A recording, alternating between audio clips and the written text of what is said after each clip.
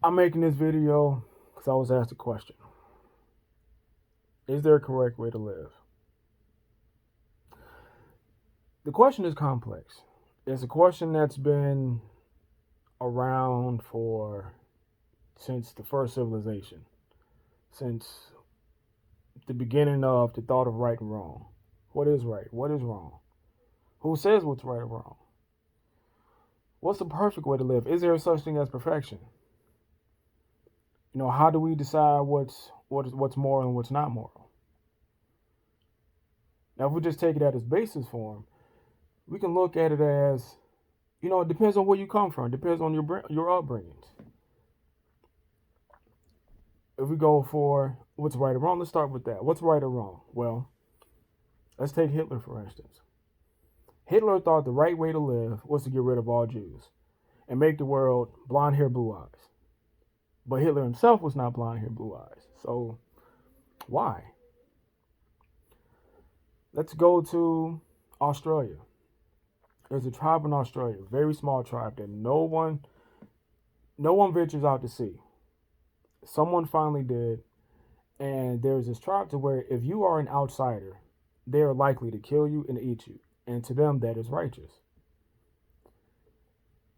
When the way they bury their dead is by consumption. They are a cannibalist society. But to them that is right. That is morality. They don't care about death. They hardly care about life. To the point to where they even drink their own urine. But to them that's right. That's okay. That's their morality. We go back to the days of American slavery. There is a technique there that they would use to where they would take the strongest person out in the fields, basically the alpha. Same thing happens with prison. If you take out the alpha, you think of dogs. Oh, not dogs, you think of wolves. You take out the alpha, all of his followers will bow down and follow because you took out the strongest person that they could not take down, but they either gave respect out of fear or out of respect. Because hey, I respect you for being the strongest. You won, therefore I grant you king. I grant you alpha, the alpha male or alpha female. But in those days, that is the right or wrong. That is the right or wrong. The movie Schindler's List. There's a scene where he goes out, stands on his balcony with his rifle, points at just a random Jew and shoots him dead, and walks back in like nothing, fine, makes love to his wife, drinks his coffee, goes about his day. These are the complex decisions of right or wrong and morality. Now, when we get to a more religious standpoint, Matthew 7:12, do unto others as you should have them do unto you. The Quran 4:79, whatsoever of good befalls you, it is from Allah, God. And whatever ill befalls you, it is from yourself. Basically saying anything positive comes from God, anything negative comes from you by your actions. While the Quran speaks more of Allah bringing you positivity than yourself, at the same time, you have to give positive to receive positive. But at times, we live in a world where that does not happen. But then again, it's always been the world at some point in time where someone nice would be generous and give something, but they won't get the same generosity back. That is where the right or wrong, what's moral and what's immoral, comes into play. Because it comes to a point where it's either what's selfish and selflessness, and what's right and what's wrong, what's moral and what's immoral. And then if we keep going, we can go back and forth to what's opposite to the point to where life is yin and yang. Yin and yang is the balance of its opposite. There has to be a yes, there has to be a no. But at the same time, what consists of a proper yes? What consists of a proper no? As complex as this is a question that brings so much frustration, so much frustration into yourself, especially at the point in life where you try to define yourself. Let's take, for instance, a religious household. Just because I've been there, let's take a Christian household, okay? You can take a parent that tells their child, do as I say, not as I do, right? And then you tell that child, or you treat that child as if though they are less than you, or they are not worthy of conversation or of thought, or basically you're not, that parent's not an ideal parent, but basically expecting their child to learn by the ways of religion and how they want to fit, how they see religion themselves to make it their own benefit. Now, that child grows up and becomes an atheist. Not me, just in general. That child becomes or grows an atheist. Why? Because one, their upbringings. And then what brings with that is, well, science hasn't proven that God exists.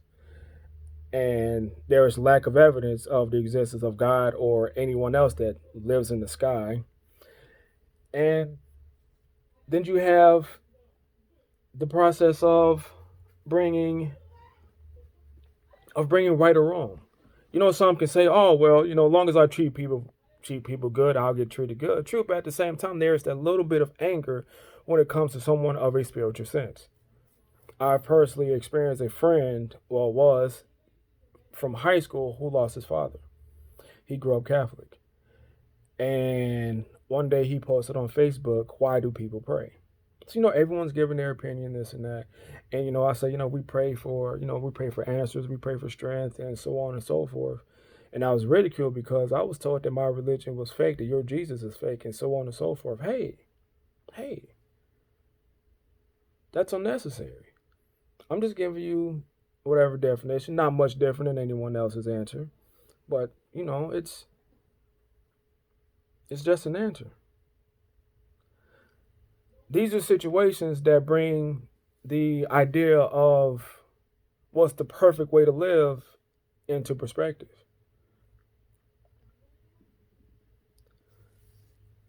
It's hard to rationalize a lot of times what is okay to accept when it's been thrown at you in an abusive manner. Or not even abusive manner, or when someone says that they pray that their father does not die, but yet their father dies, and they don't understand. Well, I thought God answers prayers. Why didn't God answer my prayer? That is a question that constantly comes around, but at the same time, people do not accept the idea of when it's your time, it's your time, and to enjoy things or enjoy people while they're here. Now, I don't know the relationship between this individual and his father, but what I do know is the pain that happens after. And you can see in the discussions of his posts and comments and so on and so forth. But the hard part is accepting. Now, is there a right way to accept? Is there a wrong way to accept? I personally think no, because everyone grieves in their own way. When my grandmother died, it took me a while to finally let go, but at the same time, it took a long time for me to be able to grieve, because that was a domino effect for other things that happened in my life at that age, and I was only 10. That's a lot, to deal with at that age. I'm now 37. If we look at Gilgamesh, Gilgamesh was a ruler that we know, and rulers like him were all about conquer. Okay, I am the strongest. That was Gilgamesh out there. Anyone stronger than me, I want to know who it is and I want him dead. And that's what happened. Tried to happen.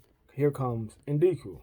After they fought, let's fast forward. After they fought, they became friends. What happened in that fight? We may never know what happened in that fight for Gilgamesh to say, hey, look, you are just as good of a warrior as I am. Let's become friends. We don't know what happened. Now, that is opposite from the type of fighter that Hitler was, but Hitler was more of a dictator rather than a warrior. Now, if we move over to Siddhartha, beginning of Buddhism. Had it all, loyalty, the riches. His father gave him riches and women and riches. And, but at the same time, he was never let outside of the palace. Not until his teenage years. And when he finally was able to get out, he looked at the world completely different than how he saw it at first, because he saw the things that his father was trying to hide from him. He saw death. He saw sickness. He saw sadness, sorrow, all these emotions that he did not know existed. He never experienced death. Anyone that was ever sick never got around him. Anyone that was dying never became around him. So he never knew of these things. Was married, had children. He gave up his family. His morality was giving up his family to find either I wouldn't say a meaning of life, but to be connected. And spent the rest of his days in meditation and studying philosophies from other philosophers. A story like that is the purpose. That is the purpose of finding morality. His greatest sacrifice was giving up his family. As bad as we can say that is today, but without him sacrificing his will to be a father in order to find Buddhism, and now we have Buddhism today, which teaches us, in a way to accept the universe for what it is and to learn to connect with it. The universe, not mankind, the universe. There's a slight difference. When it comes to teachings of religions, their great foundation is going back to do unto others, you should have them do unto you. However, the teachings of man is what is a problem. And it comes to the point where, just like a religious parent that has an atheist child, to where you push your child to the point to where you provoke them and therefore they resent you, which is basically in Ephesians. In Ephesians it says, fathers, do not provoke your child. It goes from others too, but just parents in general. Even the Holy Bible says, do not provoke your children. And yet that is a constant thing. My father, who was a Christian, he was also a deacon at a church. Same thing was growing up. He provoked us a lot, but yet he told us, hey, you want answers, you go talk to God. I can't tell you. You would think that I would be an atheist, but at the same time, my personal experiences have led me to believe of a higher power that exists. Now, to explain that in greater detail, that's another conversation for another day. I believe, in the power of meditation. I believe in the power of prayer. I believe that there is a higher power that put us here for whatever reason. Either, hey, we could be here by circumstance or some type of experiment, or we could be here to be like, hey, let's see how these bloodlines of mankind can pass on their positive moralities. And, and maybe, somewhere down the line, we can expand ourselves throughout the universe. I want to believe that this universe is entirely too big for us to be here alone. And if we are here alone, why have we not been able to go and venture out? We barely make it to the moon and back. We barely make it to Mars and back. And man has not touched Mars as far as we know. But we've sent machines there. We've sent machines around the sun, to Jupiter, Pluto, so on and so forth. All these planets in our solar system. And obviously there's other planets in other solar systems. There's nebulas. There's other galaxies. I believe we are still in the beginnings of we are going into a new era of exploration. One, with technology.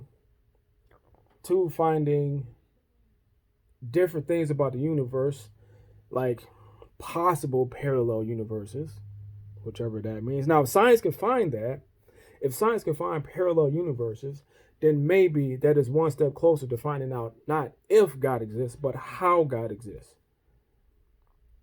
I challenge that question to anyone on a how. How God exists is a very important factor simply because we too busy trying to find, well, this proves that he doesn't, that proves that he doesn't. But at the same time, have you proven that it doesn't exist? Have you proven that there is nothing else that is stronger than us about how we got here?